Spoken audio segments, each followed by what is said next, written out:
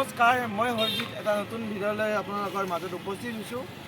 যি গতিকে অহাকালি আমাৰ অসমৰ মুখ্যমন্ত্ৰী ডাঙৰীয়া আমাৰ শুৱালকুছিত উপস্থিত হ'ব।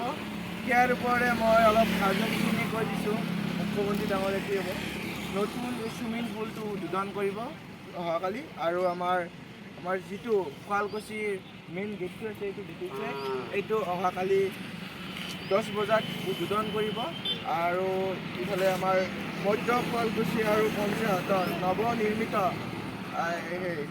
ভৱনৰ উদ্বোধন কৰিব, আৰু ইফালে চিকিৎসালয়ৰ আধাৰশিলা স্থাপন কৰিব, আৰু আমাৰ শুৱালকুছি মহাবিদ্যালয়ৰ প্ৰেক্ষাগৃহটো আমাৰ আধাৰশিলা স্থাপন কৰিব।